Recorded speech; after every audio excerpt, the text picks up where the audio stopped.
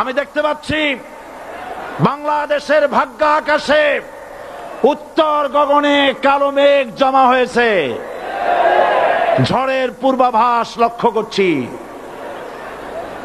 যদি মোকাবেলা করতে না পারেন সক্ষম ভাবে, এমন অন্ধকার গাঢ় কালো অমাবস্যার রাত আসতে পারে যার সুবে সাদেক হওয়া অসম্ভব। সুতরাং আপনারা কি কাপুরুষের মতো কাফের মুশরিকদের গোলামি করে মরতে চান? বিড়ালের মতো 500 বছর বেঁচে থাকার কোনো লাভ নাই। সিংহের মতো 1 ঘন্টা বাঁচতে চাই। আমি দেখতে পাচ্ছি বাংলাদেশের ভাগ্য আকাশে উত্তর গগনে কালো মেঘ জমা হয়েছে।